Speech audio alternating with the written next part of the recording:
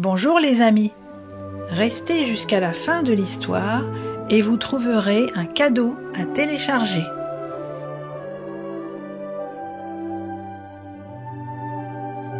Pinocchio et la fée bleue.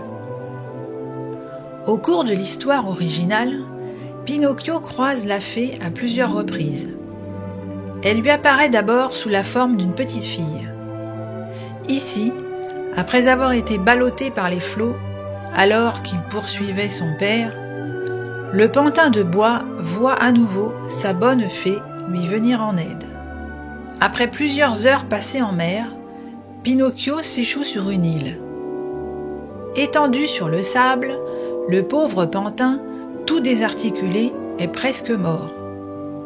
C'est alors qu'arrive une belle dame, la fée bleue. Doucement, elle le prend dans ses bras et le ramène chez elle pour le soigner. Elle s'occupe si bien de lui que Pinocchio redevient aussi vivant qu'avant. « Raconte-moi ce qui t'est arrivé, petit pantin » lui demande la fée bleue. Pinocchio lui raconte son histoire. Il raconte même comment le chat et le renard lui ont volé ses sous au pays d'Enigo. « Pauvre petit, mais comment es-tu arrivé au pays d'Enigo » Pinocchio hésite, un peu embêté. « Je sortais de l'école quand le chat et le renard m'ont attaqué et m'ont forcé à aller là-bas avec eux. » Oh, le gros mensonge! À l'école, Pinocchio n'y est même pas allé ce jour-là. Et voilà le nez du pantin qui s'allonge. « Comment ça, ils t'ont forcé ?» demande la fée. « Le renard m'a capturé dans un grand sac. » Ment encore Pinocchio.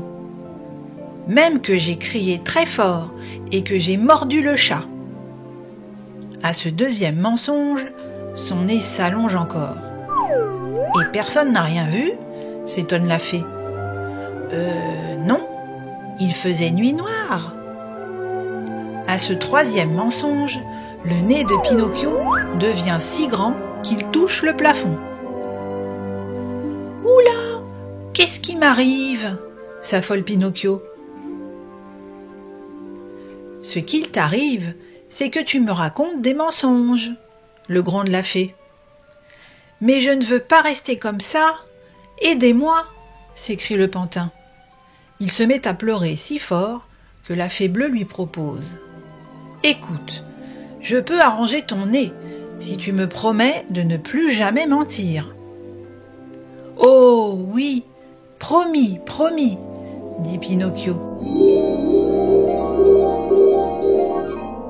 En 3 coups de baguette magique, la fée lui rend son nez d'avant, son joli petit nez de bois. « Merci 1000 fois, ma bonne fée, je vous aime beaucoup » s'écrie Pinocchio. La fée bleue aussi aime bien Pinocchio. Alors elle lui dit « Veux-tu devenir un jour un vrai petit garçon ?»« Oh oui !» s'exclame le pantin. « C'est mon rêve. » Pour cela, il faut aller à l'école et bien se comporter.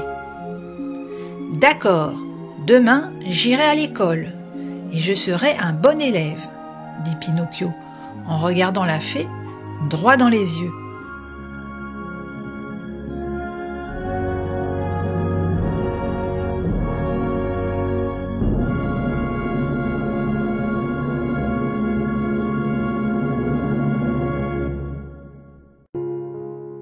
Et pour ne louper aucune histoire, vous pouvez vous abonner à la chaîne, activer la cloche pour être informé des nouveautés et mettre un pouce en l'air. À très bientôt les amis!